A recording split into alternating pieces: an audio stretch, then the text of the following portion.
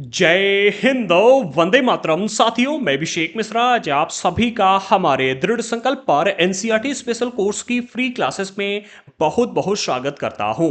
आज की इस क्लास में हम एक्सप्लेन करेंगे क्लास 8 की एनसीईआरटी पॉलिटी का चैप्टर नंबर 6। चैप्टर का नाम है हाशियाकरण से निपटना। आज के चैप्टर मुख्य रूप से हाशियाकरण से निपटने के तरीकों पर आधारित है। हमारा पिछला चैप्टर अर्थात चैप्टर नंबर 5 हाशियाकरण की समझ पर आधारित था, जिसमें हाशियाकरण क्या होता है और ये समाज में कैसे काम करता है। इसके बाद भारत में हाशिए पर रहने वाले कुछ समूह जैसे कि आदिवासी, दलित, मुसलमान और महिलाएं किस तरह के भेदभाव और मुश्किलों का सामना करते हैं। इसके अलावा हाशियाकरण का असर लोगों की जिंदगी पर कैसे पड़ता है, इन सब पर विस्तार से चर्चा की गई थी। तो अगर आपने अभी तक चैप्टर नंबर 5 का वीडियो नहीं देखा है तो अभी देख लीजिएगा, क्योंकि अगर आपको इन सब की जानकारी होगी कि हाशियाकरण क्या होता है, किस तरह से काम करता है, तो इस चैप्टर को समझना आपके लिए बहुत ही ज्यादा आसान हो जाएगा। लेकिन अगर आपको हाशियाकरण का मतलब नहीं पता है तो इस चैप्टर को समझना आपके लिए थोड़ा ज्यादा कठिन होगा। इसलिए चैप्टर नंबर 5 का वीडियो जरूर देख लेना। हमने आज के इस वीडियो के डिस्क्रिप्शन बॉक्स में इसका वीडियो दे दिया है। साथ ही साथ एनसीईआरटी पॉलिटी की अभी तक की आई हुई क्लासेस की प्लेलिस्ट भी प्रोवाइड कर दी है।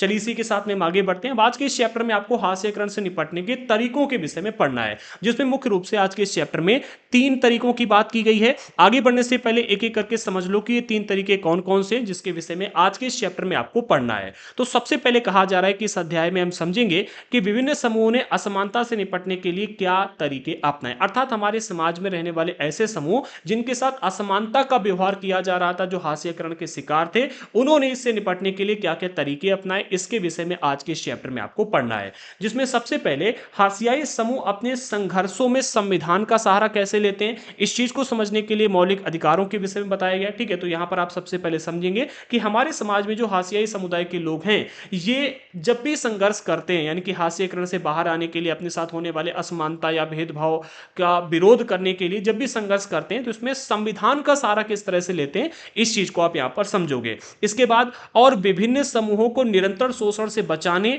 और अधिकारों की रक्षा करने के लिए कानून कैसे बनाए जाते हैं। हमारे समाज में जो हाशियाकरण का शिकार लोग हैं, ठीक है, या ऐसे लोग जिनके साथ असमानता का व्यवहार किया जा रहा है, जिनके साथ शोषण किया जा रहा है, इनको शोषण से बचाने और इनके अधिकारों की रक्षा करने के लिए कानून कैसे बनाए जाते हैं, इसको भी आज के इस चैप्टर में आप समझोगे। इसके अलावा साथ ही इन समूहों को विकास का लाभ प्रदान करने के लिए सरकार की ओर से किस तरह के नीतिगत प्रयास किए गए हैं। अर्थात हमारी समाज ने हाशियाकरण से निपटने के लिए, या फिर हमारे समाज में ऐसे लोग जिनके साथ असमानता का व्यवहार किया जा रहा है, जिनके साथ शोषण किया जा रहा है, इनको शोषण से बचाने के लिए और विकास का लाभ प्रदान करने के लिए किस तरह के नीतिगत प्रयास किए हैं, अर्थात किस तरह की नीतियां बनाई हैं, कौन कौन सी योजनाएं लेकर के आए हैं, इसके विषय में भी आज के इस चैप्टर में आपको पढ़ना है। आगे बढ़ने से पहले जिन लोगों ने अभी तक हमारे चैनल को सब्सक्राइब नहीं किया तो कर लीजिएगा। साथ ही साथ बेल आइकन को प्रेस करना बिल्कुल भी मत भूलना, जिससे कि हमारे इस एनसीईआरटी स्पेशल कोर्स के आने वाली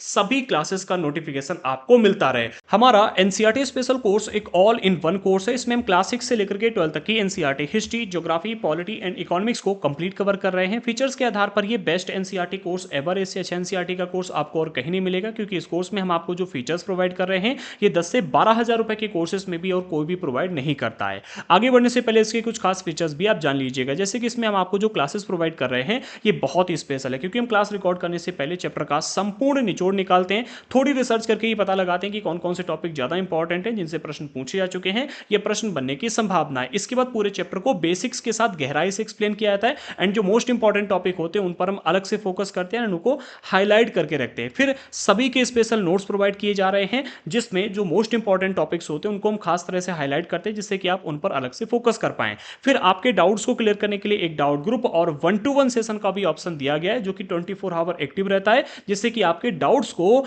इंस्टेंटली क्लियर किया जा सके। फिर इस कोर्स का सबसे हाईलाइटेड फीचर मिलता है टेस्ट सीरीज। देखो, मेरा मानना है प्रैक्टिस मेक बेटर, इसलिए हमने जो टेस्ट सीरीज यहां पर आपको प्रोवाइड की है, ऐसी टेस्ट सीरीज आपको और कहीं भी मिलने वाली नहीं, क्योंकि हमने यहां पर क्या किया है, हर एक चैप्टर से 50 से 100 क्वेश्चन बनाए हुए हैं, जिससे कि आपकी प्रैक्टिस को अच्छा से अच्छा किया जा सके। और यहां पर आप इस चीज को भी समझ लो कि चैप्टर से कितने और किस तरह के प्रश्न बन सकते हैं, और आपकी प्रैक्टिस भी अच्छी हो जाए। सिर्फ इतना ही नहीं, जो मोस्ट इंपॉर्टेंट टॉपिक्स रहेंगे उन पर आपको क्विज भी प्रोवाइड की जाएगी, जिससे कि आप उन पर अलग से फोकस कर पाएं। और ये सारी चीजें आपको हमारे एनसीईआरटी स्पेशल कोर्स के एक पैकेज में मिल रही हैं। अगर हम फीचर्स के आधार पर देखें तो इसका प्राइस बहुत ज़्यादा होगा, लेकिन हमने इसका प्राइस मात्र 2,900 रुपये रखा हुआ है, जो कि हमारा कॉस्ट रिकवरिंग प्राइस है। और सिर्फ इतना ही नहीं, मुझे पता है कि बहुत सारे बच्चे पेड कोर्स अफोर्ड नहीं कर सकते, और उनका ध्यान रखते हुए हमने इस कोर्स की सभी क्लासेस को कंप्लीटली फ्री कर दिया है, जो कि हमारे यूट्यूब चैनल पर बिल्कुल फ्री में प्रोवाइड की जा रही हैं। आप इस वीडियो के डिस्क्रिप्शन बॉक्स में चेक कीजिएगा, अभी तक की आई हुई सभी क्लासेस की प्लेलिस्ट हमने प्रोवाइड कर दी है, और इसी तरह से क्लास 6 से लेकर के 12 तक की सारी क्लासेस फ्री में यूट्यूब पर प्रोवाइड की जाएंगी।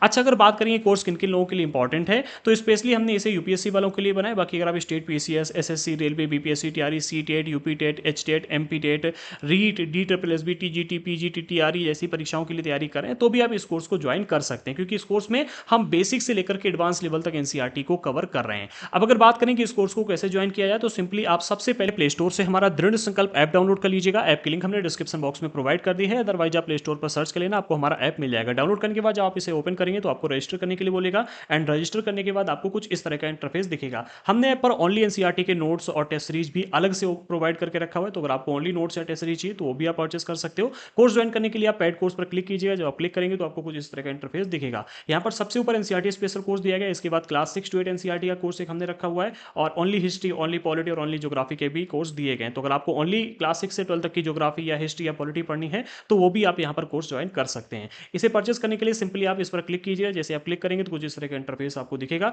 यहाँ पर कोर्स के बारे में बताया गया, इसमें आपको क्या क्या चीजें मिलने वाली वो सारा कुछ जानकारी दिया गया है, एंड यहाँ पर कंटेंट क्या क्या अभी तक प्रोवाइड किया जा चुका है वो आप देख सकते हैं। इसके बाद बाय नाउ पर क्लिक करके आप कोर्स को सिंपली परचेस कर लीजिएगा। चलिए इसी के साथ में आगे बढ़ते हैं और अपने चैप्टर पर फोकस करते हैं। तो चैप्टर नंबर 6 का नाम है हाशियाकरण से निपटना, और आज के इस चैप्टर में आपको सबसे पहले समझना है कि हाशियाई समूह के लोग जब असमानता या हाशियाकरण से निपटने के लिए संघर्ष करते हैं तो इसमें संविधान का सहारा कैसे लेते हैं। और इसके लिए सबसे पहले बात की जा रही है मौलिक अधिकारों के उपयोग की। देखो, मौलिक अधिकार किसे कहते हैं, कितने इंपॉर्टेंट होते हैं, इनकी विशेषताएं क्या क्या होती हैं, और भारतीय संविधान में कौन कौन से मौलिक अधिकार दिए गए हैं, इन सब पर हम ऑलरेडी पिछली क्लासेस में चर्चा कर चुके हैं। अब आज की इस क्लास में आपको सबसे पहले समझना है कि हाशियाई समूह अपने संघर्षों में इन मौलिक अधिकारों का उपयोग किस तरह से करते हैं, एंड ये आज के चैप्टर का एक बहुत ही इंपॉर्टेंट टॉपिक है। इसलिए आगे बढ़ने से पहले अगर आपने अभी तक हमारे चैनल को सब्सक्राइब नहीं किया तो कर लीजिएगा, साथ ही साथ बेल आइकन को प्रेस करना बिल्कुल भी मत भूलना। और हां, अगर आपको इस चैप्टर में दिया गया हर एक टॉपिक इस वीडियो के माध्यम से अच्छी तरह से समझ में आ जाता है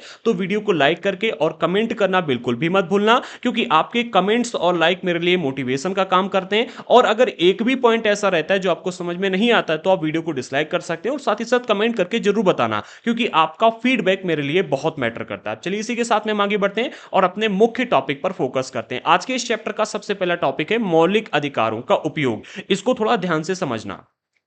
अब यहां पर कहा जा रहा है कि संविधान में ऐसे कई सिद्धांत सूत्रबद्ध किए गए हैं जो हमारे समाज और राज्य व्यवस्था को लोकतांत्रिक बनाते हैं। अर्थात देखो, सिद्धांत का मतलब है नियम, और सूत्रबद्ध करने का मतलब है कि संगठित करना। तो हमारे भारतीय संविधान में ऐसे कई सारे नियमों को संगठित करके रखा गया है जो भारतीय समाज और राज्य व्यवस्था इन दोनों को लोकतांत्रिक बनाने का काम करते हैं। अब आगे कहा जा रहा है कि इन सिद्धांतों को मौलिक अधिकारों के जरिए परिभाषित किया गया है, अर्थात इन सिद्धांतों को मौलिक अधिकार कहा जाता है। कुल मिलाकर कहने का मतलब यह कि हमारे भारतीय संविधान में ऐसे कई सिद्धांतों को संगठित करके रखा गया है जो हमारे भारतीय समाज और राज्य व्यवस्था का मतलब है भारतीय राज्य की पूरी व्यवस्था, इसको लोकतांत्रिक बनाने का काम करते हैं, और इन सिद्धांतों को मौलिक अधिकार कहा जाता है। आगे कहा जा रहा है कि यह हमारे संविधान का एक महत्वपूर्ण हिस्सा है। देखो, हमने पिछली क्लासेस में आपको बताया था कि एक हमारा मौलिक अधिकार और दूसरा नीति निर्देशक तत्व, ये दो चीजें हमारे संविधान के दो इंपॉर्टेंट पिलर्स हैं, क्योंकि जब भी कोई प्रावधान, कोई नियम, कोई कानून बनाया जाता है तो एक मौलिक अधिकार और दूसरा नीति निर्देशक तत्व, इन दोनों को ध्यान में रखते हुए ही बनाया जाता है। कोई भी ऐसा प्रावधान या कानून नहीं बनाया जा सकता जो मौलिक अधिकारों या नीति निर्देशक तत्वों का उल्लंघन करता हो। इसीलिए इन दोनों को हमारे संविधान का सबसे महत्वपूर्ण हिस्सा माना जाता है। आगे कहा जा रहा है कि ये जो मौलिक अधिकार हैं ये सभी भारतीयों को समान रूप से उपलब्ध हैं, ना किसी को ज्यादा और ना ही किसी को कम। ठीक है, सभी व्यक्तियों को समान रूप से मौलिक अधिकार मिले हुए हैं। अब जहां तक हाशियाई तबकों की बात है, उन्होंने इन अधिकारों का दो तरह से इस्तेमाल किया हुआ है। कैसे इस्तेमाल किया हुआ है, अब इसको यहां पर थोड़ा गहराई से समझना। ओके, तो सबसे पहला, अपने मौलिक अधिकारों पर जोर देकर उन्होंने सरकार को अपने साथ हुए अन्याय पर ध्यान देने के लिए मजबूर किया। देखो, आजादी से पहले क्या था, हमारे समाज में जो ये हाशियाई तबके के लोग हैं, ठीक है, इनके साथ अन्याय होता था, जैसे कि छुआछूत फैला हुआ था, ऊंच नीच की भावना फैली हुई थी, मंदिर में प्रवेश नहीं दिया जाता था, पढ़ाई लिखाई करने का अधिकार नहीं था, और भी कई सारी चीजें थी। ठीक है, तो जब आजादी से पहले इनके साथ में किसी भी तरह का अन्याय होता था तो ये किसी के पास जा नहीं सकते थे कि मेरे पास अन्याय हुआ है, क्योंकि ऐसा कोई भी कानून या नियम या अधिकार इनको नहीं मिला हुआ था। लेकिन जब देश आजाद हुआ और संविधान बनाया गया, संविधान को लागू किया गया और इनको मौलिक अधिकार दिए गए, इसके बाद इन्होंने अपने मौलिक अधिकारों पर जोर देकर सरकार को अपने साथ हुए अन्याय पर ध्यान देने के लिए मजबूर किया। इन्होंने कहा कि देखो, अब हमें ये मौलिक अधिकार मिल चुका है कि हमारे साथ कोई भी दुर्व्यवहार नहीं कर सकता, हमें समानता का अवसर मिलना चाहिए, हमें भी पढ़ाई लिखाई करने का अवसर मिलना चाहिए, हम भी मंदिर में प्रवेश कर सकते हैं, हमारे साथ कोई भी भेदभाव नहीं कर सकता। इस बात का हवाला देते हुए इन्होंने सरकार को अपने साथ होने वाले अन्याय पर ध्यान देने के लिए मजबूर किया। दूसरा काम इन्होंने क्या किया, दूसरा, उन्होंने इस बात के लिए दबाव डाला कि सरकार इन कानूनों को लागू करे। देखो होता क्या है, कई बार कानून तो बना दिए जाते हैं लेकिन इन कानूनों को लागू नहीं किया जाता है। अब ऐसे में हाशिए समाज के लोगों ने क्या किया, सरकार के ऊपर दबाव डाला कि भाई जो कानून बनाए जा चुके हैं इन कानूनों को लागू किया जाए। जैसे कि मौलिक अधिकारों में एक अधिकार दिया गया समानता का, दूसरा दिया गया स्वतंत्रता का, तीसरा दिया गया शोषण के विरुद्ध अधिकार, और भी कई सारे। ठीक है, तो ऐसे में इन हाशियाई समाज के लोगों ने सरकार के ऊपर दबाव डाला कि इन कानूनों को लागू किया जाए, और कई बार हाशियाई तबकों के संघर्ष की वजह से ही सरकार को मौलिक अधिकारों की भावना के अनुरूप कानून बनाने पड़ते हैं। इसको थोड़ा ध्यान से समझना। अब जैसे मौलिक अधिकारों में एक अधिकार दिया गया है शोषण के विरुद्ध अधिकार।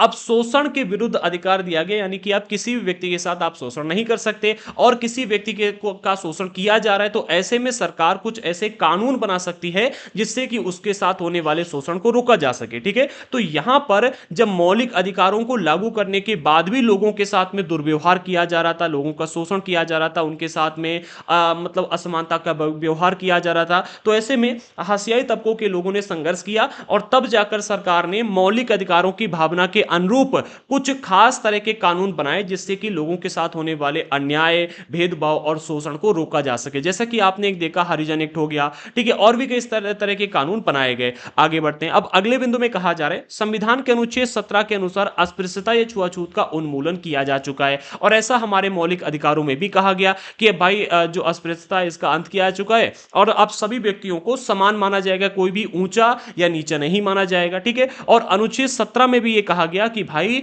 अब छुआछूत का उन्मूलन, उन्मूलन का अर्थ है अंत कर देना। ठीक है, तो छुआछूत का अंत किया जा चुका है, अर्थात अब कोई भी व्यक्ति दलितों को पढ़ने, मंदिर में जाने और सार्वजनिक सुविधाओं का इस्तेमाल करने से नहीं रोक सकता। इसका मतलब यह भी है कि छुआछूत गलत है और लोकतांत्रिक सरकार इस तरह के आचरण को बर्दाश्त नहीं करेगी, लिहाजा अब अस्पृश्यता एक दंडनीय अपराध है। अनुच्छेद 17 में जब ये कह दिया गया, अब इसके बाद भी अगर कोई व्यक्ति छुआछूत करता है तो वो उसको यहां पर दंड दिया जाए, क्योंकि इसमें क्या कहा गया, इसमें कहा गया है कि अब कोई भी व्यक्ति दलितों को ना तो मंदिर में जाने से रोक सकता है, ना ही पढ़ने से रोक सकता है, और ना ही सार्वजनिक सुविधाओं का इस्तेमाल करने से रोक सकता है, क्योंकि पहले इन दलितों को ना तो पढ़ने का अधिकार मिला हुआ था, ना ही मंदिर में जाने का अधिकार मिला हुआ था, और ना ही सवर्ण जाति के द्वारा इस्तेमाल किए जाने वाले कुएं, तालाब और घाट का उपयोग करने का अधिकार मिला हुआ था। लेकिन जब हमारा संविधान लागू किया गया, अनुच्छेद में ऐसा कह दिया गया, तो इसके साथ यह भी कहा गया कि अब छुआछूत गलत है, अगर कोई भी छुआछूत करेगा तो उसको यहां पर दंड दिया जाएगा। क्या कहा जाएगा,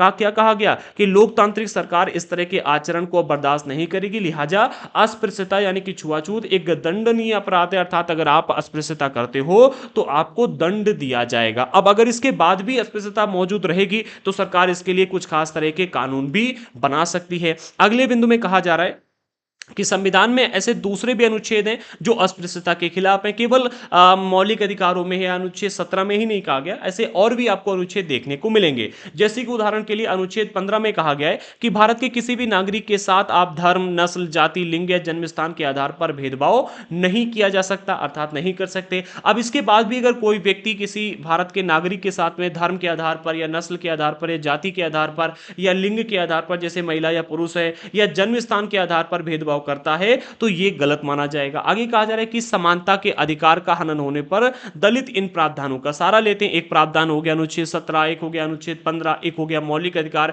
इन सभी प्रावधानों का उपयोग करते हैं और सरकार को बताते हैं कि देखो आपने ये कानून बनाया हुआ है, इसके बाद भी मेरे साथ गलत हो रहा है, और अगर सरकार को लगता है कि नहीं एक और कानून बनाने की आवश्यकता है तो मौलिक अधिकारों की भावना के अनुरूप सरकार जो है नए कानून भी बना सकती है, जैसे कि एक हरिजन एक्ट बनाया गया। ठीक है, जब इसके बाद भी इसको नहीं रोका जा पा रहा था तो सरकार ने हरिजन एक्ट बनाए, और भी कई सारे कानून बनाए जा सकते हैं। अगले बिंदु में कहा जा रहा है कि मुसलमानों और अन्य अल्पसंख्यकों ने मौलिक अधिकारों का उपयोग कर धार्मिक, सांस्कृतिक और शैक्षणिक स्वतंत्रता पर जोर दिया। देखो, जब हमारा भारत देश आजाद हुआ तो भारत में मुसलमान और जो अल्पसंख्यक समुदाय के लोग थे, जैसे कि बौद्ध हो गए, जैन हो गए, क्रिश्चियन हो गए, सिख हो गए, इनकी संख्या काफी कम थी। अल्पसंख्यक का अर्थ होता है जिनकी संख्या कम हो, ठीक है। तो मुसलमान और अन्य अल्पसंख्यक लोगों की संख्या कम थी। ऐसे में इन्होंने क्या किया, देखो, अगर ये अपने अधिकारों की रक्षा नहीं करते, अपने धर्म, संस्कृति और शैक्षिक स्वतंत्रता पर जोर नहीं देते, तो जैसा पाकिस्तान में हुआ, पाकिस्तान में क्या हुआ, पाकिस्तान में जब भारत आजाद हुआ था और भारत पाकिस्तान का बंटवारा हुआ, तो पाकिस्तान में हिंदुओं की संख्या लगभग 25% के आसपास थी, ठीक है।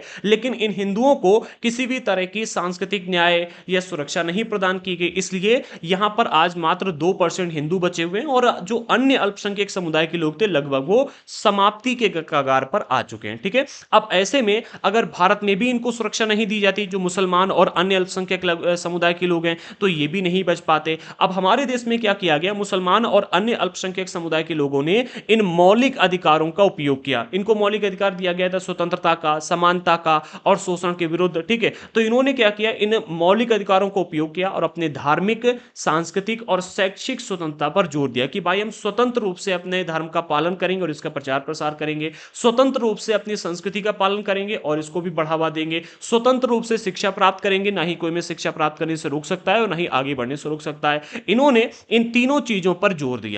संविधान ने भी उन्हें अपनी संस्कृति की सुरक्षा का अधिकार देकर सांस्कृतिक न्याय सुनिश्चित किया।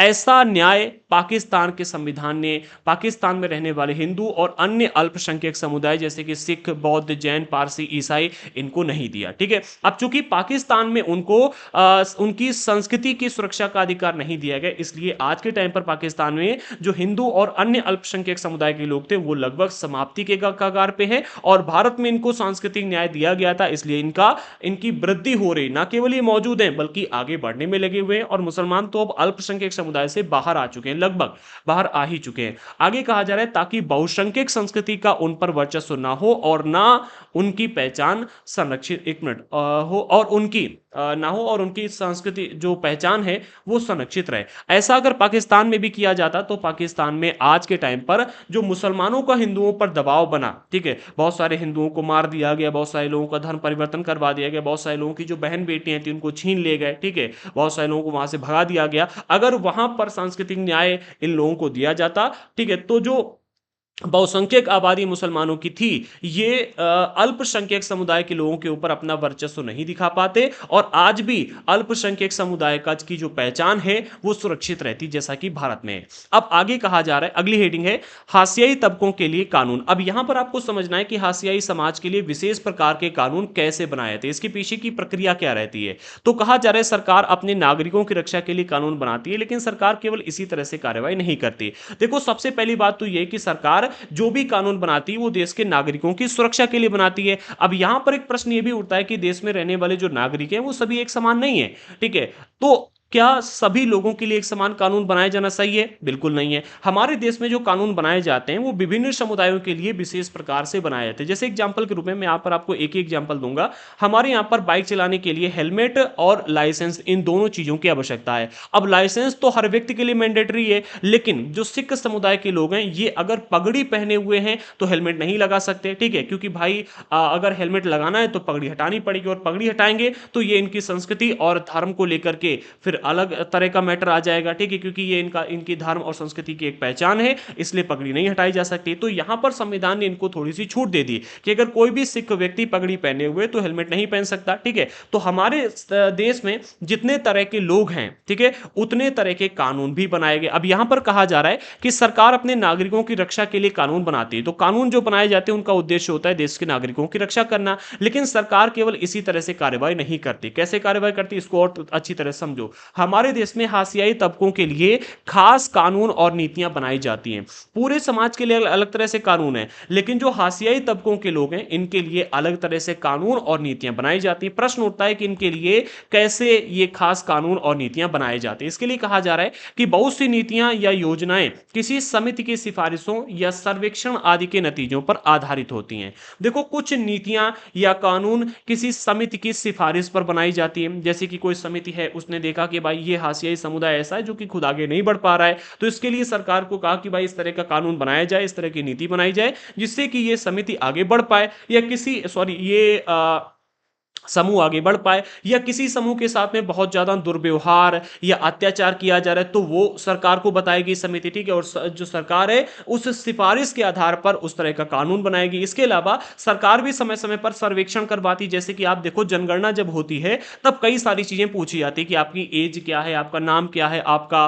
धर्म क्या है, आपकी जाति क्या है, आप क्या करते हैं, पढ़े लिखे हैं या नहीं पढ़े लिखे हैं, आपके यहाँ से सरकारी नौकरी कितने लोग करते हैं, तो ये पूरा डेटा लिया जाता है और इस डेटा के आधार पर ये आंकड़ा निकाला जाता है कि भाई किस जाति के कितने लोग सरकारी नौकरी करते हैं, किस जाति के कितने लोग पढ़े लिखे हैं, किस जाति के कितने लोग जो हैं किस तरह के कार्य करते हैं। इसके बाद में ये देखा जाता है कि कौन सी जाति ऐसी है जिसके लोग सबसे कम सरकारी नौकरी करते हैं, फिर उस जाति को यहाँ पर थोड़ा सा क्या है कि उसके लिए खास तरह की योजनाएं या नीतियां बनाई जाती हैं, या अगर कोई जाति ऐसी है जिसको पढ़ने का मौका नहीं मिल पा रहा है, जो पढ़ नहीं पा रही है, तो उसके लिए खास तरह की योजनाएं बनाई जाती हैं। तो सर्वेक्षण या सिफारिश के आधार पर भी कई बार कानून खास तरह के बनाए जाते हैं, फिर योजनाएं लाई जाती हैं। आगे कहा जा रहा है सरकार इस तरह की नीतियों को प्रोत्साहन देती है ताकि खास तबकों को सही अवसर उपलब्ध कराया जा सके, ठीक है। तो इस तरह के काम किए जाते हैं जिससे कि जो लोग खुद आगे नहीं बढ़ पा रहे हैं, या फिर खास तबके के लोग जिनके साथ शोषण हो रहा है, या फिर कुछ लोग जो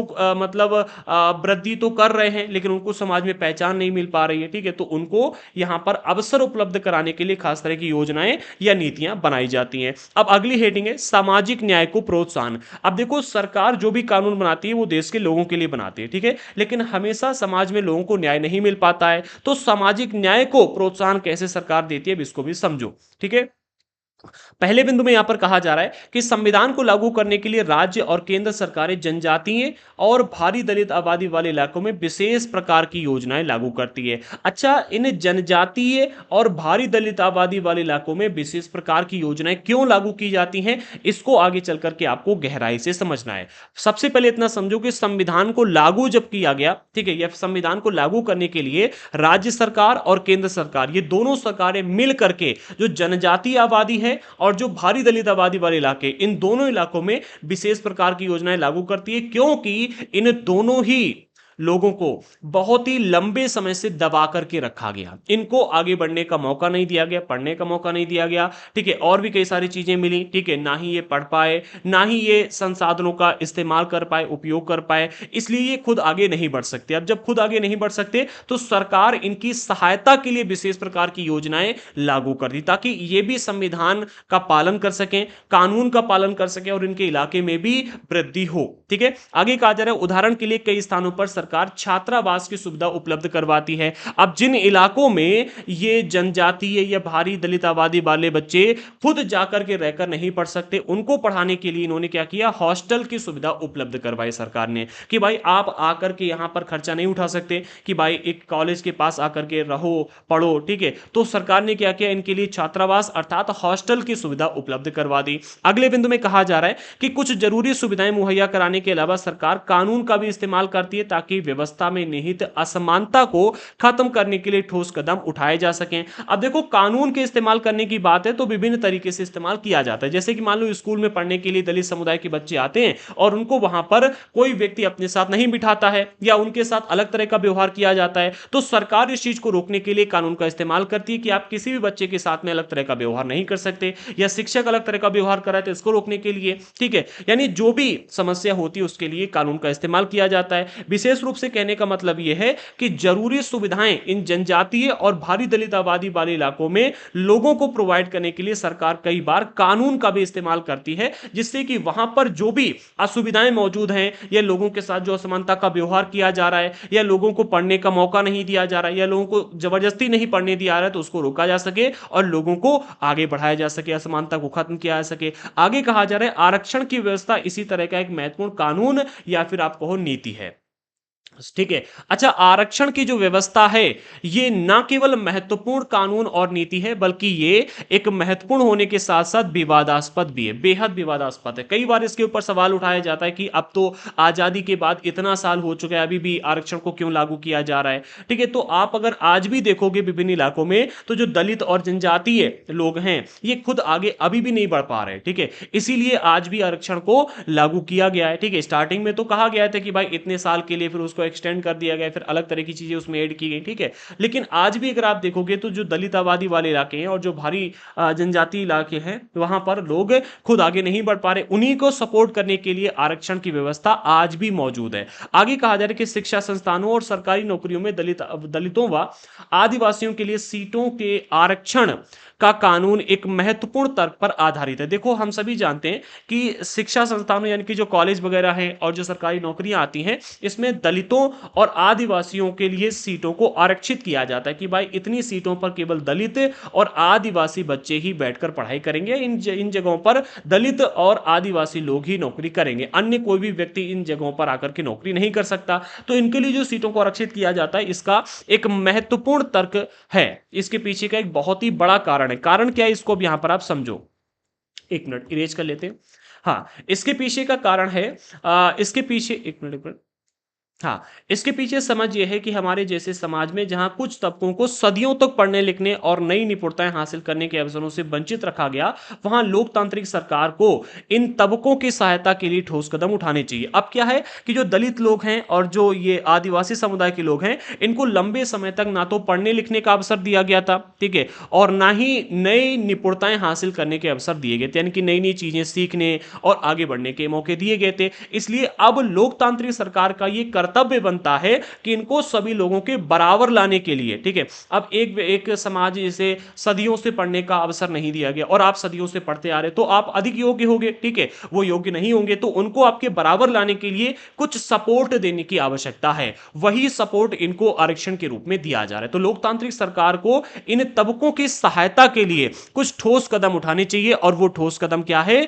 आरक्षण, ठीक है। इनको थोड़ा सा आरक्षण दिया जा रहा है जिससे कि ये आपके बराबर आ सकें, ठीक है, क्योंकि लोकतांत्रिक समाज में सबको बराबर माना जाता है, ठीक है। अगले बिंदु में कहा जा रहा है आरक्षण की नीति किस तरह से काम करती है, इसको भी समझो। जो आरक्षण की नीति है, किस व्यक्ति को कैसे आरक्षण मिलेगा नहीं मिलेगा, ये कैसे काम करती है, इसको भी समझो। कहा जा रहा है केंद्र और सभी राज्य सरकारों के पास अनुसूचित जातियों, जिन्हें दलित कहा जाता है, और अनुसूचित जनजातियों, इनको कहा जाता है आदिवासी समुदाय के लोग, ठीक है, और पिछड़ी व अति पिछड़ी जातियों की अपनी अपनी सूचियां हैं।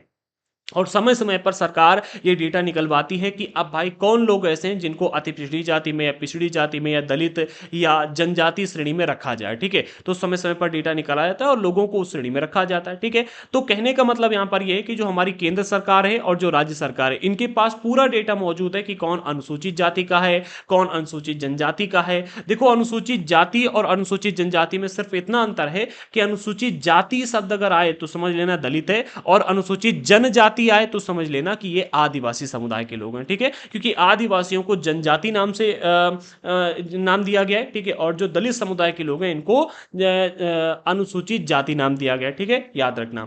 अब यहां पर होता क्या है, जब सरकार के पास में इन सबकी सूची उपलब्ध है, तो जो भी विद्यार्थी शैक्षणिक संस्थानों में दाखिले के लिए या जो उम्मीदवार सरकारी नौकरी के लिए आवेदन करते हैं कि भाई हमें आरक्षण मिलना चाहिए, हम इस जाति से हैं, ठीक है, तो जो भी व्यक्ति आवेदन करता है कि भाई हमें सरकारी संस्थानों में दाखिला चाहिए है या सरकारी नौकरी चाहिए, ठीक है, तो उन्हें अपनी जाति या जनजाति का प्रमाण पत्र देना होता है, ठीक है। और प्रमाण पत्र कहां से मिलता है? तो ये प्रमाण पत्र आमतौर पर हम लोग कैफे वगैरह से बनवाते हैं, और ये प्रमाण पत्र जारी किया जाता है तहसील से, ठीक है।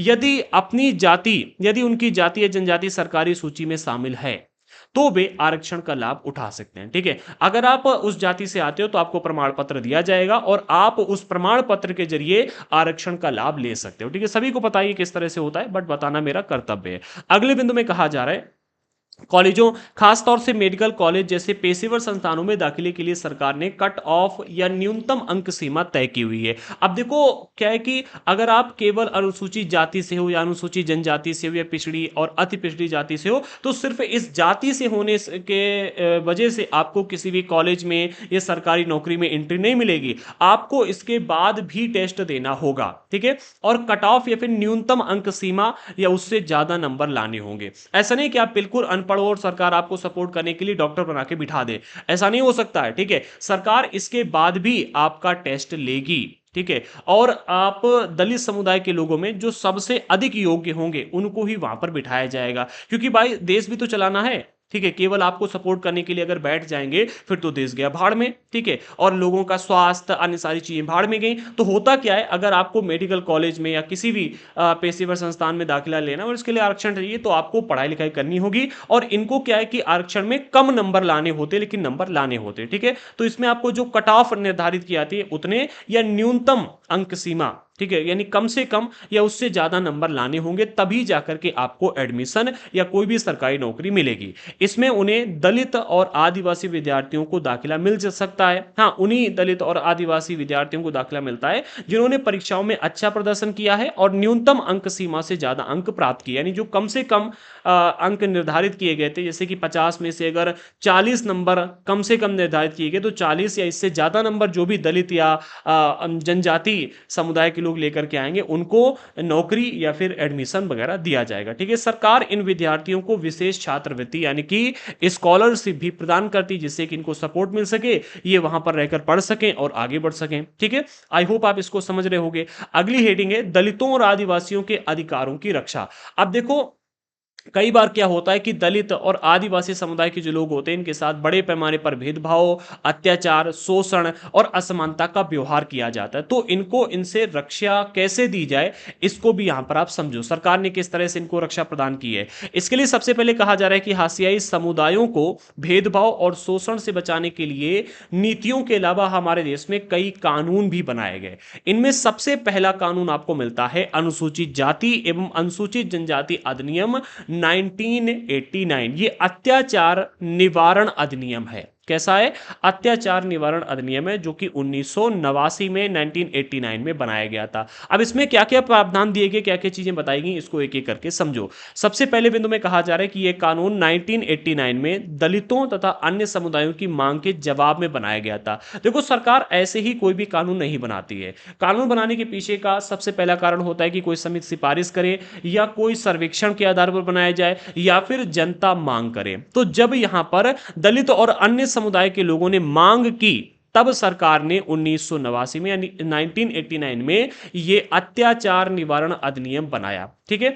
उसमें सरकार पर इस बात के लिए भारी दबाव पड़ रहा था कि वह दलितों और आदिवासियों के साथ रोजमर्रा होने वाले दुर्व्यवहार और अपमान पर रोक लगाने के लिए ठोस कार्रवाई करे। हुआ क्या था कि भाई 1989 या फिर इससे पहले जो दलित और आदिवासी समुदाय के लोग थे इनके साथ डेली के काम में बहुत ज्यादा दुर्व्यवहार और अपमान किया जा रहा था। अपमानजनक कार्य में जैसे कि एक अभी आपको आगे एग्जाम्पल मिलेगा, यहां पर मैंने रखा हुआ है, ये हाथ से मैला उठाने का कलंक, ठीक है। लोगों को हाथ से या टीन से या टोकरियों से क्या है कि मल मूत्र उठा करके ठिकाने लगाने का काम दिया गया था इन दलित लोगों को, ठीक है।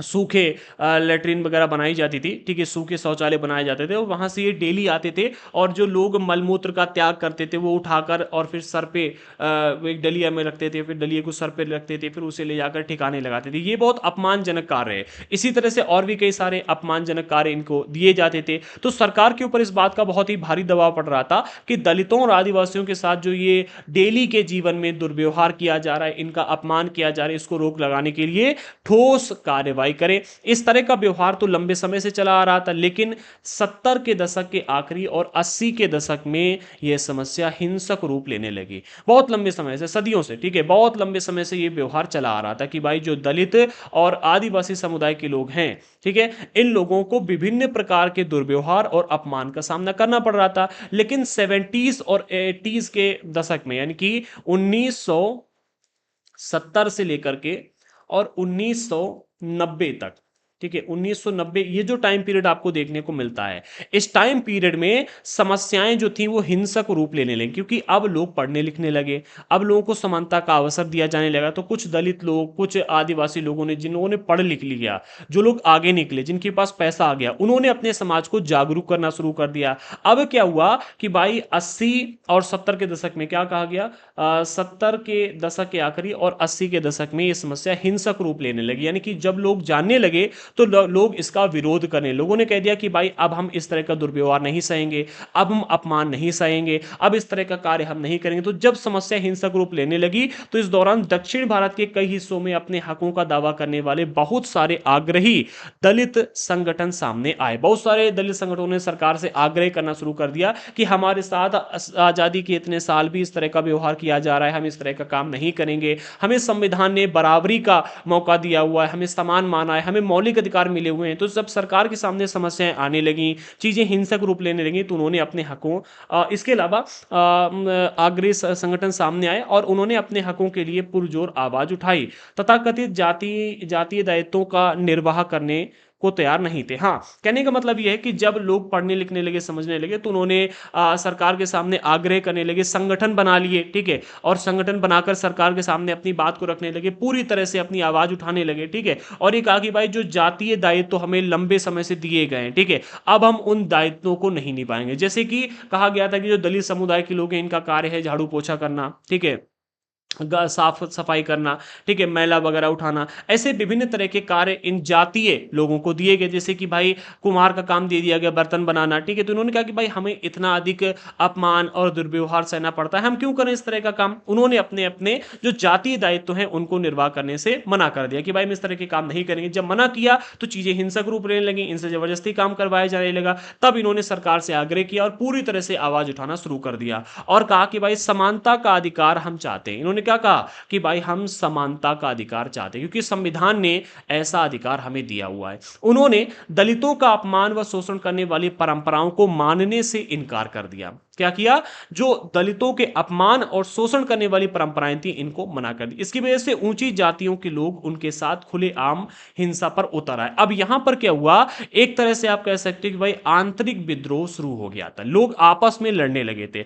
इसके बाद सरकार ने जाकर के थोड़ा सा मतलब अपना कदम उठाया या फिर इसको सुना समझना शुरू किया। अगले बिंदु में कहा जा रहा है सरकार को इस बात का एहसास कराने के लिए दलित संगठनों ने व्यापक अभियान चलाए कि छुआछूत अभी भी जारी है। देखो, सरकार ऐसे ही कोई भी कानून या कोई भी बात नहीं सुन लेती है जब तक कोई बड़ी घटना घटित नहीं होती है, ठीक है। इतना सब हो रहा था, खुलेआम हिंसा हो रही थी, लेकिन सरकार आंख बंद करके बैठी थी। इसके बाद जो दलित समुदाय के लोग थे इन्होंने क्या किया, व्यापक अभियान चलाने शुरू कर दिए, आंदोलन करने लगे कि भाई छुआछूत अभी भी जारी है। उन्होंने इस बात के लिए दबाव बनाया कि नए कानून में दलितों के साथ होने वाले विभिन्न प्रकार की हिंसा की सूची बनाई जाए।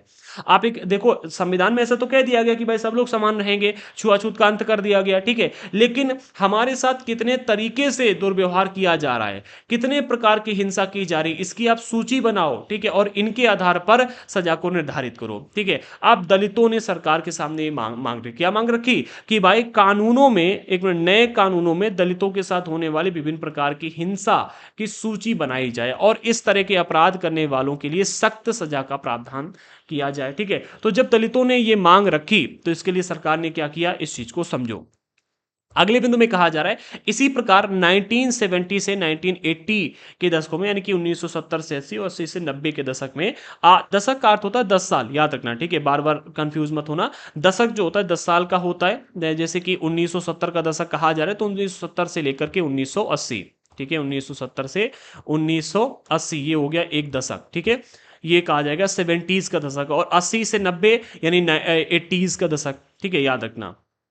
एक मिनट इरेज कर लेते हैं। तो इसी प्रकार 1970 और 80 के दशक में आदिवासियों ने भी खुलकर आदिवासियों ने खुद को बड़े पैमाने पर संगठित किया। उन्होंने न केवल बराबरी के लिए आवाज उठाई बल्कि अपनी जमीन व संसाधनों को हासिल करने के लिए भी आंदोलन चलाए। देखो, आदिवासियों के साथ लंबे समय से दुर्व्यवहार किया जा रहा है, बहुत लंबे समय से, ठीक है। कई बार इनकी जमीन छीन ली जाती है, कई बार इनके साथ दुर्व्यवहार किया जाता है, इनके संसाधनों को छीन लिया जाता है। तो अब आदिवासी लोग भी आवाज अपनी उठाने लगे। उन्होंने कहा कहा कि भाई हमारी जमीन और संसाधनों को जो छीन लिया जाता है ये ना छीना जाए, और इसके लिए इन्होंने आंदोलन करना शुरू कर दिया। इन आदिवासियों को भी ताकतवर सामाजिक गुटों का गुस्सा झेलना पड़ा और उनके साथ भी जमकर हिंसा हुई। ठीक है भाई, आजादी या समानता का अवसर ऐसे ही नहीं मिलता है, आपको लड़ाई लड़नी पड़ती है। यहां पर आदिवासी और दलित समुदाय के लोग ये दोनों ही 70s और 80s के दशक में बड़े पैमाने पर लड़ाई लड़ने लगे, क्योंकि अभी तक क्या था कि बहुत सारे लोग जो है पढ़ लिख गए थे, इनके पास पैसा आ गया था, सरकारी नौकरी में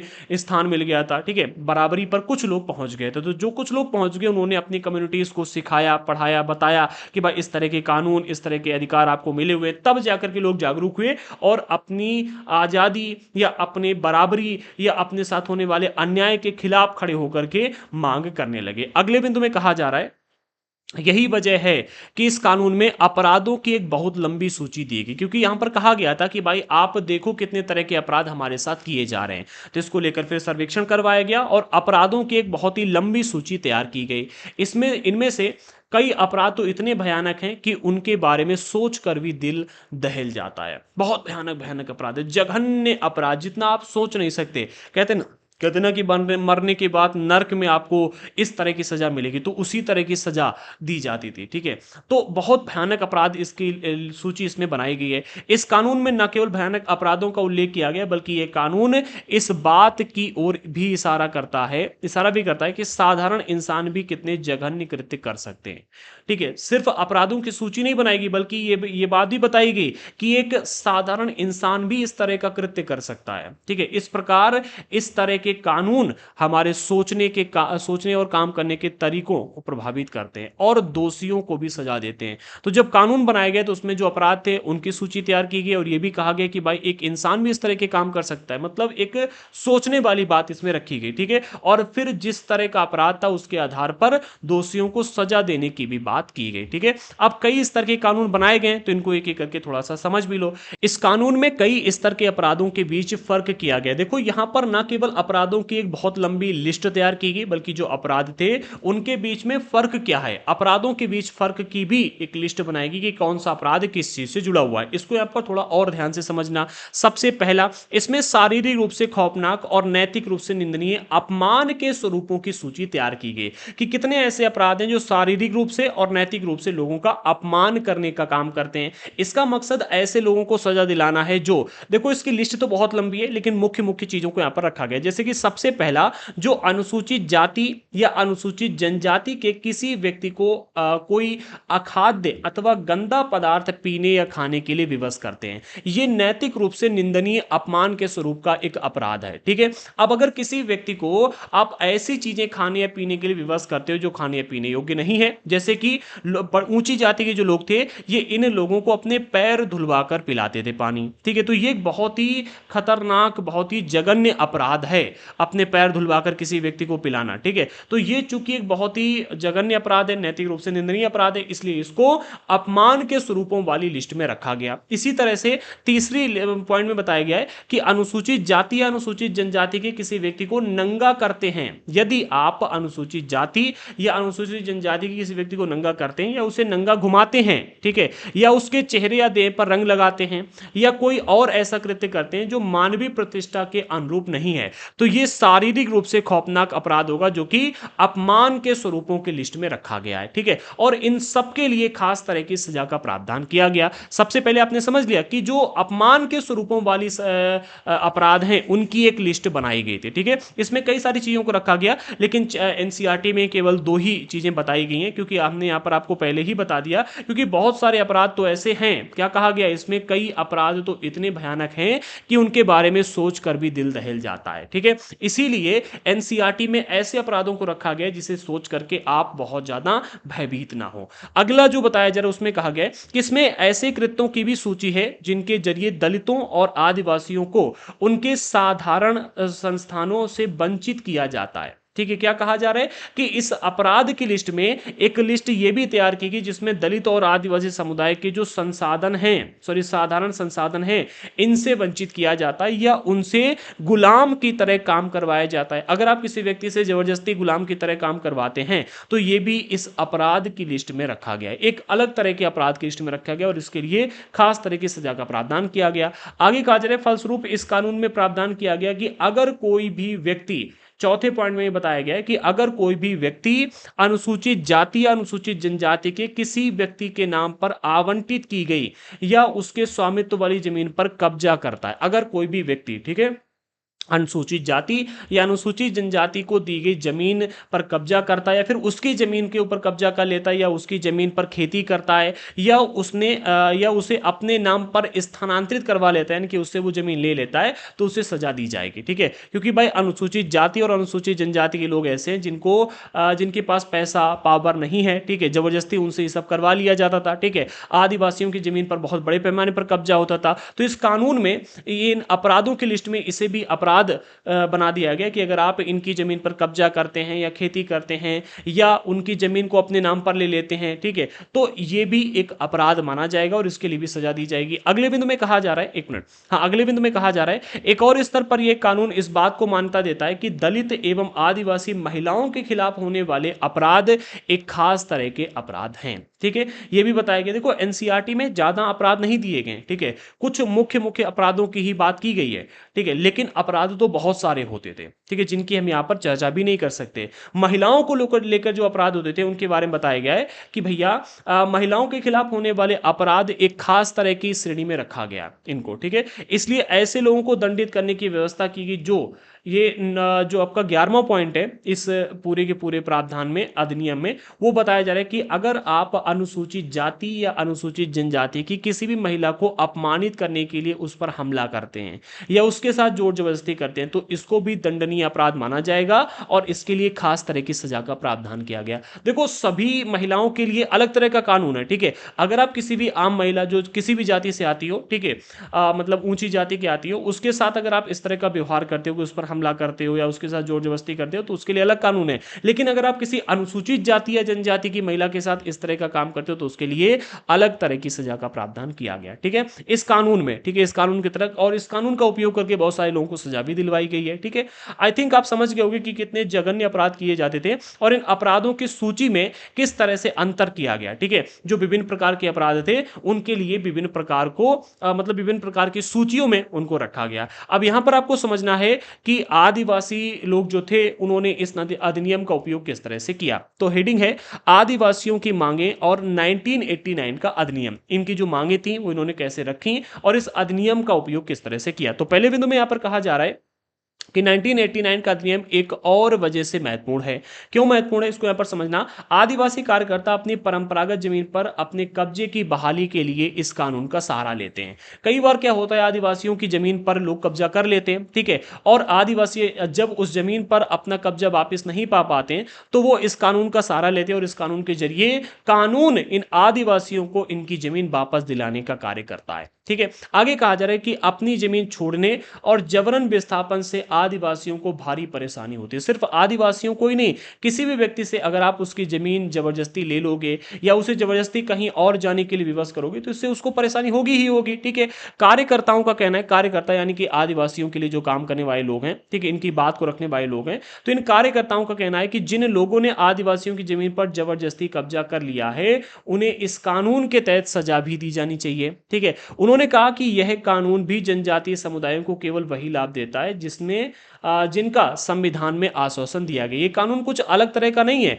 ये कानून भी आदिवासियों को वही सुविधा देता है जो सुविधा संविधान ने ऑलरेडी आदिवासियों को दे रखी। इसमें कोई बहुत बड़ी दया या फिर बहुत बड़ी भावाई की बात नहीं है कि कानून बना दिया गया। कानून बनाया गया अच्छी बात है, लेकिन कानून में वही चीज दी गई है जो संविधान ने ऑलरेडी आदिवासियों को दे रखी है। ठीक है, अब इस कानून में उस चीज को थोड़ा सा विस्तार से रखा गया है, बस इतना समझो आप। ठीक है, तो आदिवासियों का कहना है कि भाई आदिवासियों की जमीन पर जबरदस्ती कब्जा बहुत ज्यादा हुआ है। इस कानून के तहत वो लोग जिन्होंने आदिवासियों की जमीन पर कब्जा कर रखा है उनको सजा दी जानी चाहिए। और ये कानून केवल और केवल वही लाभ देता है जो संविधान ने ऑलरेडी आश्वासन दिया हुआ है। उनका कहना है कि संवैधानिक रूप से आदिवासियों की जमीन को किसी गैर आदिवासी व्यक्ति को नहीं बेचा जा सकता। ठीक है, ये कानून है संवैधानिक रूप से कि जो आदिवासियों की जमीन है वो किसी गैर आदिवासी व्यक्ति को नहीं दी जा सकती। जहां ऐसा हुआ है वहां संविधान की गरिमा बनाए रखने के लिए उन्हें उनकी जमीन वापस मिलनी चाहिए। इन आदिवासी कार्यकर्ताओं का कहना है कि भाई कानून ये कहता है कि आदिवासियों की जमीन सिर्फ आदिवासी ही ले सकता है, आप किसी अन्य व्यक्ति को आदिवासियों की जमीन नहीं दे सकते। अब ऐसे में अगर ऐसे में जिन लोगों ने आदिवासियों की जमीन ऑलरेडी ले रखी है, संविधान के अनुसार उनको सजा दी जानी चाहिए और वो जमीन वापस आदिवासी व्यक्ति को ही मिलनी चाहिए। ठीक है, इन आदिवासी कार्यकर्ताओं का ये कहना है। अगले बिंदु में कहा जा रहा है कि आदिवासी कार्यकर्ता जिनका नाम है सीके जानू, ठीक है, इनका आरोप है कि आदिवासियों के संवैधानिक कानूनों का उल्लंघन करने वालों में विभिन्न प्रदेशों की सरकारें भी पीछे नहीं हैं। कई सरकारों ने आदिवासियों की जमीन पर खुलेआम कब्जा किया है। कैसे? यही सरकारें हैं जो लकड़ी व्यापारी, पेपर मिल आदि के नाम पर गैर आदिवासी घुसपैठियों को जनजातीय जमीनों का दोहन करने और आदिवासियों को उनके परंपरागत जंगलों से उजाड़ने की छूट देती हैं। इनका कहना है, जो सीके जानू है, इन्होंने कहा है कि भाई आदिवासियों की जमीन पर कब्जा करने या संवैधानिक कानूनों का उल्लंघन करने में जो प्रदेश की सरकारें हैं वो कहीं पीछे नहीं है। सरकारों ने बहुत सारे ऐसे जो व्यापारी घुसपैठिया थे उनको लकड़ी, ठीक है, लकड़ी व्यापारी या फिर पेपर मिल के व्यापारी जो थे, इनके नाम पर गैर आदिवासी घुसपैठियों को जनजाति जमीन का दोहन करने और मतलब जनजाति जमीन देने, जंगलों को उजाड़ने की छूट दे रखी है। ठीक है, तो इसमें सरकारें भी दोषी हैं, इनको भी सजा देनी चाहिए। आगे कहा जा रहा है कि इसके अलावा जंगलों को आरक्षित या अभयारण्य घोषित करके भी लोगों को वहां से बेदखल किया जा रहा है। सुश्री जानू का यह भी कहना है कि जो आदिवासी पहले ही बेदखल किए हो चुके हैं और वो अब वापस नहीं लौट सकते, उन्हें भी मुआवजा दिया जाना चाहिए। भाई इनका कहना बहुत अच्छा है, अब कानून बन चुका है तो एक एक चीज की भरपाई करने के लिए ये कह रही है। इनका कहना है कि भैया सरकारों ने जो गलत काम किया है, ठीक है, उसकी भी भरपाई की जाए। इसके अलावा जो आप जमीन को आरक्षित कर देते हो, जंगलों को, या फिर अभयारण्य घोषित कर देते हो और यहां पर आदिवासियों को रहने की छूट नहीं दी जाती, यहां से उनको भगा दिया जाता है, तो भाई ये गलत है। ठीक है, ऐसा नहीं होना चाहिए क्योंकि वो जमीन आदिवासियों की है। ठीक है, बेदखल किया जा रहा है, ये गलत है। इसके अलावा जो लोग ऑलरेडी यहां से बाहर हो चुके, जिनको बेदखल किया जा चुका है और अब वो वापस नहीं आ सकते, तो उन्हें मुआवजा दिया जाए। ठीक है, क्योंकि कानून कहता है कि आप किसी व्यक्ति को उसकी जमीन से नहीं निकाल सकते, आदिवासियों को उनके जंगल से बाहर नहीं निकाल सकते। ठीक है, उनकी जमीन जबरदस्ती नहीं छीनी जा सकती और जबरदस्ती छीन ली गई है तो उनको अब मुआवजा दिया जाए। इसका मतलब यह है कि सरकार ऐसी योजनाएं बनाए जिसके सहारे वे नए स्थानों पर रह सकें और काम कर सकें। ठीक है, इनका यह कहना है सुश्री जानू जी का कि भाई कहने का मतलब सिर्फ इतना है कि भाई सरकार ऐसे लोगों के लिए ऐसी योजनाएं बनाए जिससे कि वो नए स्थानों पर रह करके काम कर सकें। जब सरकार आदिवासियों से छीनी गई जमीन पर औद्योगिक या अन्य परियोजनाओं के निर्माण के लिए बेहिसाब पैसा खर्च कर सकती है, तो इन विस्थापितों को पुनर्वास के लिए मामूली सा खर्चा करने में क्यों हिचकिचाती है। इनका कहना साफ है और सही भी है कि भाई आप जंगल को काटने, जंगल को नष्ट करने, वहां पर विभिन्न प्रकार की योजनाएं और औद्योगिक चीजों के निर्माण के लिए बेहिसाब पैसा खर्च करते हो। ठीक है, तो जिन लोगों को आप वहां से निकाल रहे हो उनको भी कहीं और बसाने के लिए आप थोड़ा पैसा तो खर्च कर ही सकते हो। ठीक है भाई, किसी उद्योग को लगाने में ज्यादा पैसा खर्च होता है और किसी व्यक्ति को कहीं और जाकर बसाने में कम पैसा खर्च होता है, तो इनके लिए भी थोड़ा पैसा खर्च करो। ठीक है, और इनका कहना कोई गलत नहीं है। ठीक है, आगे बढ़ते हैं। अब यहां पर एक चीज और समझो, थोड़ा सा एक्स्ट्रा पॉइंट दिया जा रहा है, इसको समझना। कहा जा रहा है कि केंद्र सरकार ने हाल ही में अनुसूचित जनजाति एवं अन्य परंपरागत वनवासी वन अधिकार मान्यता अधिनियम 2006 पारित किया है। इस कानून की प्रस्तावना में कहा गया है कि यह कानून जमीन और संसाधनों पर वन्य समुदायों के अधिकारों को मान्यता न देने के कारण उनके साथ हुए ऐतिहासिक अन्याय को दूर करने के लिए पारित किया गया है। बेसिकली ये जो कानून है ये जो अनुसूचित जनजाति के लोग हैं, ठीक है, और दूसरा अन्य परंपरागत वनवासी यानी कि वन में बहुत लंबे समय से रहते हुए आ रहे लोगों के लिए पारित किया गया। ये कानून है वन अधिकार मान्यता अधिनियम 2006। अब ये कानून क्यों पारित किया गया, इसका कारण इसकी प्रस्तावना में बताया जा रहा है। कहा जा रहा है कि भाई देखो, बहुत लंबे समय से जो आदिवासी समुदाय के लोग हैं या फिर वन में रहने वाले जो वनवासी लोग हैं, ये वन पर अपना अधिकार पाने के लिए लड़ते हुए आ रहे हैं। सबसे पहले अंग्रेजों ने क्या किया, एक कानून पारित करके कह दिया कि भाई जब जो जंगल हैं वो सरकार की संपत्ति माने जा रहे हैं और आदिवासियों को जंगलों से खदेड़ दिया था। ठीक है, तब से लेकर के आदिवासी समाज समाज के जो लोग थे वो इसके लिए लड़ते आ रहे थे। अब ये जो अधिनियम पारित किया गया इसमें ये कहा गया कि भाई ये कानून जमीन और संसाधनों पर जो वन्य समुदाय के लोग हैं इनके अधिकारों को मान्यता न देने के कारण इनके साथ जो ऐतिहासिक अन्याय हुआ है, ठीक है, इस ऐतिहासिक अन्याय को दूर करने के लिए हम ये कानून लेकर के आए हैं। और इस कानून में वन्य समुदायों को घर के आसपास की जमीन, खेती और चराई योग्य जमीन और गैर लकड़ी वन उत्पादों पर उनके अधिकार को मान्यता दी गई। इसमें क्या किया गया, दो तीन चीजें में मान्यता दी गई। सबसे पहला, घर के आसपास की जो जमीन होगी, फिर घर के आसपास की जो खेती योग्य जमीन होगी, फिर जो चराई योग्य जमीन होगी, यानी कि जहां पर जानवरों को जाकर के आप चरा सकें, घास फूस खिला सकें, इन तीनों जमीनों पर जो वन्य समुदाय के लोग हैं इनको अधिकार दिया जाएगा। इसके अलावा वन में गैर लकड़ी उत्पाद जो होंगे, यानी कि पेड़ पौधों को आप नहीं काट सकते, बाकी जो भी फल फूल प्राप्त होंगे, जो पेड़ पौधों से चीजें आपको प्राप्त हो रही हैं, उनके ऊपर भी वनवासियों का या फिर कहें वन्य समुदायों का अधिकार रहेगा। इन चारों चीजों के ऊपर अधिकार दिया गया इस वन अधिकार मान्यता अधिनियम 2006 के अनुसार। ठीक है, और इस कानून में सिर्फ इतना ही नहीं किया गया, इसके अलावा इस कानून में यह भी कहा गया कि वन एवं जैव विविधता संरक्षण भी वनवासियों के अधिकार में आता है, यानी कि वन का संरक्षण करना और वन में रहने वाले जो अन्य जीव हैं, यानी कि जैव विविधता, ठीक है, इसको संरक्षित करना भी वनवासियों के अधिकार में आता है। ठीक है, तो दो तीन चीजें इसमें कर दी गई साफ। अब अगली हेडिंग में आपको समझना है हाथ से मैला उठाने का कलंक। ये भी एक बहुत ही क्रिटिकल टॉपिक है। ठीक है, पहले क्या था, लोगों को हाथ से मल मूत्र उठाने और उसे ठिकाने लगाने के लिए कहा जाता था। जब इसको लेकर के कोर्ट में लोग गए, कोर्ट ने कानून बना दिया कि वैसा आप नहीं करवा सकते। इसके बाद भी सरकारी क्षेत्रों में ऐसा होता रहा। ठीक है, फिर जाकर के इसके लिए फिर कोर्ट में केस किया गया, तब जाकर के इसका अंत किया गया। थोड़ा इसको गहराई से समझना। तो पहले बिंदु में यहां पर कहा जा रहा है, बहुत सारे लोग झाड़, टीन और टोकरियों के सारे पशुओं और इंसानों के मल मूत्र को ठिकाने लगाते हैं। देखो, झाड़ होती है, जो फूस होते हैं, पतार वगैरह, ठीक है, ये मतलब मिलती है अलग अलग स्थानों पर। तो झाड़ से मैला उठाना, मल मूत्र, टीन से, ठीक है, टीन जो कि छत पे डाली जाती है विभिन्न जगहों पर, ठीक है, और टोकरी, इन तीनों के सारे पशुओं और इंसानों के मल मूत्र को उठाने और ठिकाने लगाने। ठीक है, यानी कि मल मूत्र को लेकर के गए और ले जाकर के कहीं और ठिकाने लगाया। ठीक है, ये पहले ऐसा करवाया जाता था। ठीक है, लगाते थे। वे बिना पानी वाले सूखे शौचालय से गंदगी उठाकर दूर के स्थानों पर फेंक कर आते थे।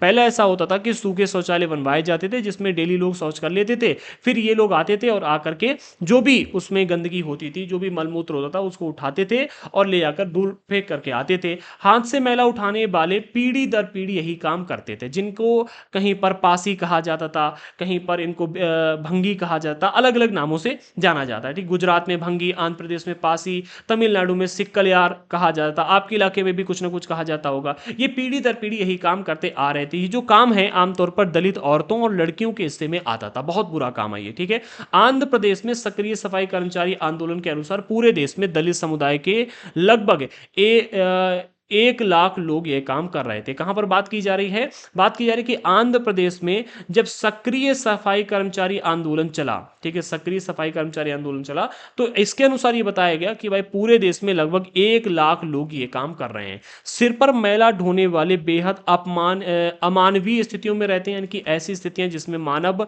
को नहीं रहना चाहिए, बहुत ही गंदी और गरीबी स्थिति में लोग रहते हैं। ठीक है, यानी कि अमानवीय, एक मिनट, हाँ, अमानवीय स्थितियों में काम करते हैं। ठीक है, रहते हैं और काम भी करते हैं। इस काम के कारण उनके स्वास्थ्य को गंभीर खतरा बना रहता है। वे लगातार ऐसे संक्रमण के खतरे में रहते हैं जिससे उनकी आंखों, त्वचा, श्वसन तंत्र और पाचन तंत्र पर असर पड़ सकता है। इस काम के लिए उन्हें बहुत ही मामूली वेतन मिलता है। ठीक है, कहने का मतलब यहां पर यह है कि जो सिर पर मैला ढोने वाला काम है, ये एक तो बहुत ही अमानवीय स्थितियों वाला काम है, क्योंकि भाई अगर मैला हम पैर से भी भर जाते हैं तो लोग कहते हैं जाकर के नहाओ, आप अशुद्ध हो गए। ठीक है, और इनको वो मैला उठाकर सर पर रखना है और फिर उसे ले जाकर ठिकाने लगाना है। ठीक है, सिर्फ इतना ही नहीं, ये काम जो है स्वास्थ्य के लिए गंभीर खतरा पैदा करता है। ठीक है, संक्रमण पैदा करता है, क्योंकि आपका जो मल निकलता है, ठीक है, जो भी आप मल मूत्र त्याग करते हैं वो बहुत ज़्यादा गंदा होता है, उससे महक भी बहुत ज़्यादा आती है, ठीक है। तो ये संक्रमण भी पैदा करता है। इसके अलावा आँखों,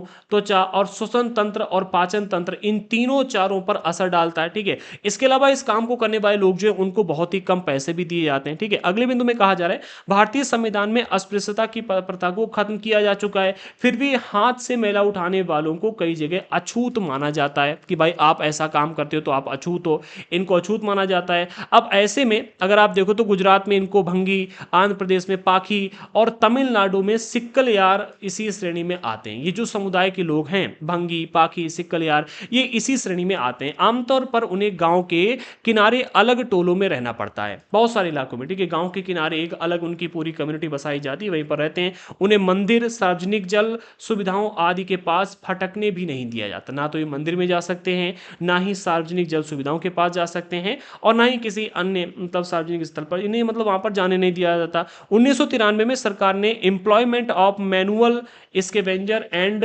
construction of dry latrine prohibition act 1993 पारित किया। ये 1993 में एक एक्ट पारित किया गया था, ठीक है। इसके बारे में अगर आप चाहें तो गूगल पर सर्च कर लेना, आपको वीडियोस वगैरह मिल जाएंगे। तो ये एक एक्ट पारित किया गया था 1993 में। ये कानून सिर पर मैला उठाने वालों को काम पर रखने और सूखे शौचालय के निर्माण पर पाबंदी लगाता है। इसमें ऐसा कहा गया कि अब भाई कोई भी व्यक्ति, ठीक है, कोई भी व्यक्ति सिर पर मैला उठाने वाले व्यक्ति को काम पर नहीं रख सकता, ठीक है, और साथ ही साथ सूखे शौचालय का भी निर्माण नहीं कर सकता। इन दोनों पर पाबंदी लगाने का काम किया था इस कानून ने। ओके, आगे बढ़िएगा। अब इसको थोड़ा और गहराई से समझना। 2003 में क्या होता है, 2003 में सफाई कर्मचारी आंदोलन तथा 13 अन्य संगठनों व व्यक्तियों ने 7 मैला ढोने वाले जो ये 13 अन्य संगठन और व्यक्ति थे, इसमें 7 मैला ढोने वाले व्यक्ति खुद थे। इन्होंने सर्वोच्च न्यायालय में एक जनहित याचिका दायर की, ठीक है, पीआईएल दायर की। जनहित याचिका दायर करने वालों का कहना था कि सिर पर मैला ढोने की प्रथा न केवल आज भी चल रही है, बल्कि रेलवे जैसे सरकारी उपक्रमों में भी बड़े पैमाने पर प्रचलित है। इनका कहना यह था कि भाई आपने 1993 में आपने जो कानून पारित किया है कि आप सिर पर मैला ढोने वाले व्यक्ति को नहीं रख सकते, ना ही सूखे शौचालय बना सकते, इसके बाद भी ये प्रथा आज भी न केवल चल रही है, बल्कि आपकी ही सरकारी जो रेलवे है, ठीक है, सरकारी उपक्रम जिसे रेलवे कहा जाता है, रेलवे में भी बड़े पैमाने पर ये प्रचलित है। रेलवे में पहले इसी तरह से सारा काम होता था। अब याचिकाकर्ताओं ने अपने मौलिक अधिकारों को लागू करवाने का आग्रह किया। इन्होंने कहा कि भाई मुझे मौलिक अधिकार मिला हुआ है बराबरी का, ठीक है, और आपने एक कानून भी बनाया हुआ है, तो इन्होंने कहा कि भाई हमारे मौलिक अधिकारों को लागू किया जाए और इस तरह की प्रथाओं को बंद किया जाए। इसके जवाब में न्यायालय ने निष्कर्ष दिया कि 1993 में पारित किए गए कानून के बाद देश भर में सिर पर मैला ढोने वालों की संख्या में इजाफा हुआ है। इन्होंने क्या किया, जांच करवाई, और जांच करने के बाद ऐसा कहा कि भाई हम जब कानून बना चुके हैं, इसके बाद भी इनकी संख्या बढ़ रही है, कम होनी चाहिए, खत्म हो जानी चाहिए अभी तक, लेकिन इसके बाद भी संख्या बढ़ रही है, तो ये तो गलत है, ठीक है। इन्होंने कहा कि भाई कोर्ट ने क्या कहा, न्यायालय ने निष्कर्ष दिया कि 1993 में पारित किए गए कानून के बाद देश भर में सिर पर मैला ढोने वालों की संख्या में इजाफा हुआ है। न्यायालय ने केंद्र और राज्य सरकार के प्रत्येक विभाग और मंत्रालय इनको आदेश दिया कि वे 6 माह के भीतर इस बात की सच्चाई का पता लगाएं। अगर सिर पर मैला ढोने की प्रथा अभी भी प्रचलन में पाई जाती है, तो संबंधित सरकारी विभागों को ऐसे लोगों की मुक्ति और पुनर्वास के लिए समयबद्ध कार्यक्रम तैयार करना चाहिए। कहने का अर्थ यहाँ पर न्यायालय ने केंद्र और राज्य सरकार इन दोनों को आदेश दिया कि आपके प्रत्येक विभाग और मंत्रालय को आप आदेश दीजिएगा, ठीक है।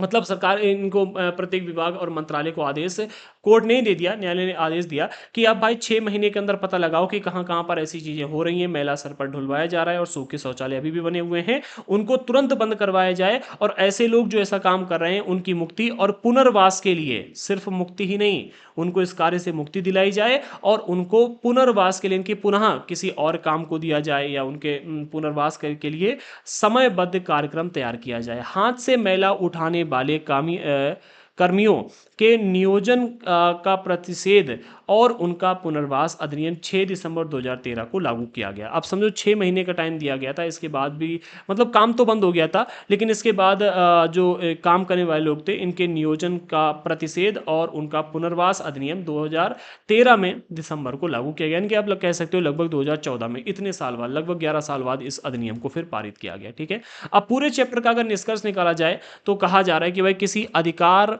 या कानून या नीति को कागज पर लिख देने का यह मतलब नहीं होता कि वह अधिकार या कानून या नीति वास्तव में लागू हो चुका है। कोई भी अधिकार, कानून या नीति आपने अगर कागज पर लिख दी है, बना दी है, तो इसका मतलब ये बिल्कुल भी नहीं है कि वो लागू भी हो चुकी है। ठीक है, इस प्रावधान को इन प्रावधानों को अमली जामा पहनाने के लिए लोगों को लगातार कोशिशें करनी पड़ती हैं।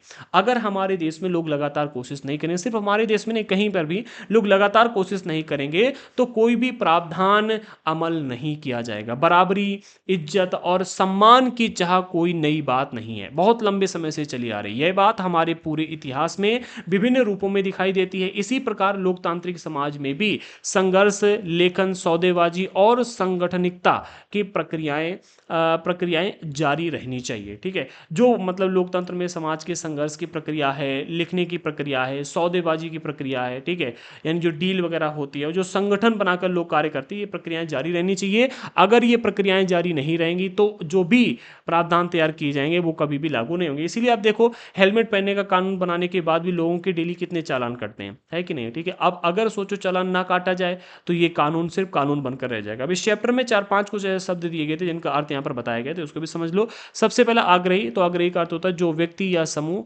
पुरजोर तरीके से अपनी बात रखता है और उसे आग्रही कहा जाता है, यानी कि पूरे ताकत से अपनी बात को रखना आग्रही कहलाना। ठीक है, बहिष्कार का मतलब, इसका मतलब होता है किसी व्यक्ति या समूह को बाहर निकाल देने या प्रतिबंधित कर देने से होता है। बहिष्कार का मतलब किसी को आपने बाहर निकाल दिया, ठीक है, किसी व्यक्ति या समूह को बाहर निकाल दिया या फिर उसे प्रतिबंधित कर दिया। नैतिक रूप से निंदनीय का अर्थ होता है ये ऐसे कृत्य होते हैं जो सभ्यता और प्रतिष्ठा के सारे कायदे कानूनों के खिलाफ होते हैं। इस शब्द का इस्तेमाल आमतौर पर ऐसे घृणित और अपमानजनक कृत्यों के लिए किया जाता है जो समाज द्वारा स्वीकृत मूल्यों के खिलाफ होते हैं। जैसे कि चैप्टर में एक एग्जांपल दिया गया था, एक बच्चा था जो दलित समुदाय का था, ठीक है, वो पढ़ा लिखा और शहर जाकर के बड़े कॉलेज में पढ़ने लगा। अब गांव में उसकी एक प्रथा थी कि एक साल में एक त्यौहार आता था और उस त्यौहार में उसके परिवार, दलित समुदाय के परिवार का एक व्यक्ति जो ब्राह्मण लोग थे उनके पैरों को धुल करके वो पानी पीते थे, और इसे दलित समुदाय के लोग बहुत ही पुण्य का कार्य मानते थे। ठीक है, दलित समुदाय के लोग बहुत पुण्य का कार्य मानते थे। अब जो लड़का पढ़ लिख करके बाहर जाकर पढ़ने लगा था, इस बार उसका नंबर आया कि वो व्यक्ति अपने गांव के जो ब्राह्मण लोग हैं उनके पैर धुलकर पिएगा। ठीक है, अब वो चूंकि बाहर निकल चुका था, पढ़ लिख चुका था, तो वो उसको ये सारी चीजें समझ में आ गई कि ये जो प्रथा है हमें दबा करके रखने के लिए बनाई गई है। ठीक है, हमें नीचा साबित करने के लिए बनाई गई। इसलिए उसने क्या कहा कि भाई हम इस प्रथा को नहीं मानेंगे। उसने उस प्रथा को मानने से इनकार कर दिया और उसने कहा कि भाई हम ऐसा करने के लिए नहीं आएंगे। इसका विरोध हुआ। ब्राह्मण और जो अन्य जाति के लोग थे, सिर्फ ब्राह्मण ही नहीं, ब्राह्मण, वैश्य, क्षत्रिय, शूद्र, सभी लोगों ने, उसके अपने घर वालों ने उसका काफी विरोध किया। ठीक है, जो अन्य दलित समुदाय के लोग थे उन्होंने उसका बहिष्कार करना शुरू कर दिया कि भाई हम तुम्हें नहीं मानेंगे, अपने गांव में घुसने नहीं देंगे। लेकिन वो माना नहीं। उसने कहा कि भाई ये जो कृत्य है बहुत ज्यादा अपमानजनक है, घृणित है, और ऐसा करने से कोई भगवान खुश होने वाले नहीं है, हम ऐसा नहीं करेंगे। जब ऐसा हुआ तो भाई मारपीट हुई, उसके घर में आग लगा दी गई, बहन बेटियों को बहुत परेशान किया गया। तब पुलिस केस वगैरह हुआ, वो माना नहीं, लेकिन उसने क्या किया, उसने पुलिस में केस किया। ठीक है, और केस करके अपने मौलिक अधिकारों का उपयोग किया, बहुत बड़ी कार्रवाई की गई। तब जाकर के पुलिस ने कहा कि भाई इस प्रथा को बंद किया जाए। कोर्ट ने आदेश दिया, कोर्ट में बात गई, लेकिन उसको अपने घर से निकाल दिया गया। ठीक है, वो अब उस गांव में नहीं रह पाता है, ना ही उसका परिवार, उसके पूरे परिवार को वहां से निकालकर कहीं और बसाया गया। ठीक है, इतना अधिक मतलब ये सारी चीजें हुई। तो नैतिक रूप से निंदनीय चीजें हैं ये। ठीक है, जिसमें घृणा और अपमानजनक कृत्य करवाए जाते हैं और स्वीकृत मूल्यों के खिलाफ होता है। ठीक है, और ऐसा नहीं होना चाहिए। ठीक है, अगर आप देखो तो आज के टाइम पर ऐसी प्रथाएं लगभग समाप्त हो चुकी हैं, लेकिन बहुत लंबे समय से चलती आ रही थी। नीति की बात की जाए तो एक घोषित कार्य दिशा जो भविष्य का रास्ता बताती है। ठीक है, जैसे सरकार ने कोई नीति बनाई है तो ठीक है, नीति बनाने का अर्थ है कि सरकार ने कार्य दिशा निर्धारित की है जो कि भविष्य का रास्ता बताती है, लक्ष्य तय करती है या अपनाए जाने वाले सिद्धांतों व दिशा निर्देशों की व्याख्या करती है। हमने सरकारी नीतियों का उल्लेख किया है, लेकिन स्कूल, कंपनी आदि अन्य संस्थाओं की भी अपनी नीतियां होती हैं। ठीक है, तो सभी की अपनी अपनी नीतियां होती हैं। ठीक है, आप भी एक नीति बनाओ, किस तरह से आप तैयारी करोगे। और हाँ, क्लासेस आने में थोड़ी सी लेट हो गई, क्योंकि थोड़ा सा लीगल इशू हो गया था, स्वास्थ्य पर भी थोड़ी सी हमारे प्रॉब्लम आ गई थी। और फिर हम इसका मैराथन क्लास दे रहे थे आपको कि भाई 3 चैप्टर बचे हुए, बट मैराथन क्लास अपलोड नहीं हो पा रही थी, पता नहीं कुछ प्रॉब्लम था, अपलोड हो गई थी बट प्रोसेस नहीं हो पा रही थी। तो मैंने सोचा क्यों ना इसका सिंगल वीडियो ही आपको दे दिया है, तो वही सिंगल वीडियो आपको दिया जा रहा है। जिन लोगों ने चैनल को सब्सक्राइब नहीं किया कर लीजिएगा, टेलीग्राम पर सभी लोग ज्वाइन कर लीजिएगा। टेलीग्राम पर हम कई सारे चैप्टर्स के पीडीएफ फ्री में प्रोवाइड कर देते हैं और आपको पहले से इन्फॉर्मेशन दी जाती है कि कब क्या होने वाला है, ठीक है। बाकी इंस्टाग्राम पर सभी लोग फॉलो कर लेना, लिंक डिस्क्रिप्शन बॉक्स में दे दी गई है। और क्योंकि इंस्टाग्राम पर आप जो भी मैसेज करते हो उसका रिप्लाई इंस्टेंटली मिलता है। और फेसबुक पर भी फॉलो कर लेना, सभी की लिंक डिस्क्रिप्शन बॉक्स में दे दी। जिन लोगों ने अभी तक हमें व्हाट्सएप पर फॉलो नहीं किया कर लीजिएगा, व्हाट्सएप की भी लिंक हमने डिस्क्रिप्शन बॉक्स में दे दी है। और जिस किसी को एनसीईआरटी के नोट्स चाहिए हैं, आप हमारे दृढ़ संकल्प ऐप को डाउनलोड कीजिएगा। ऐप पर नोट्स अवेलेबल हैं, आप ऐप पर नोट्स परचेस कर सकते हो। बाकी हमारा व्हाट्सएप नंबर ही दिया गया है, अगर कोई भी प्रॉब्लम आ रही है तो व्हाट्सएप पर भी आप में मैसेज कर सकते हो। तो हमारा जो अगला चैप्टर रहेगा वो है जन सुविधाएं, ठीक है। ये भी काफी इंपॉर्टेंट चैप्टर है, इस चैप्टर को हम आज ही एक्सप्लेन करेंगे। शाम तक इसका वीडियो आ जाएगा। जिन लोगों ने अभी तक चैनल को सब्सक्राइब करके बेल आइकन को प्रेस नहीं किया कर लीजिएगा, ताकि इसका भी नोटिफिकेशन आपको मिल जाए। तो मिलते हैं अगले वीडियो के साथ में, तब तक के लिए जय हिंद साथियों।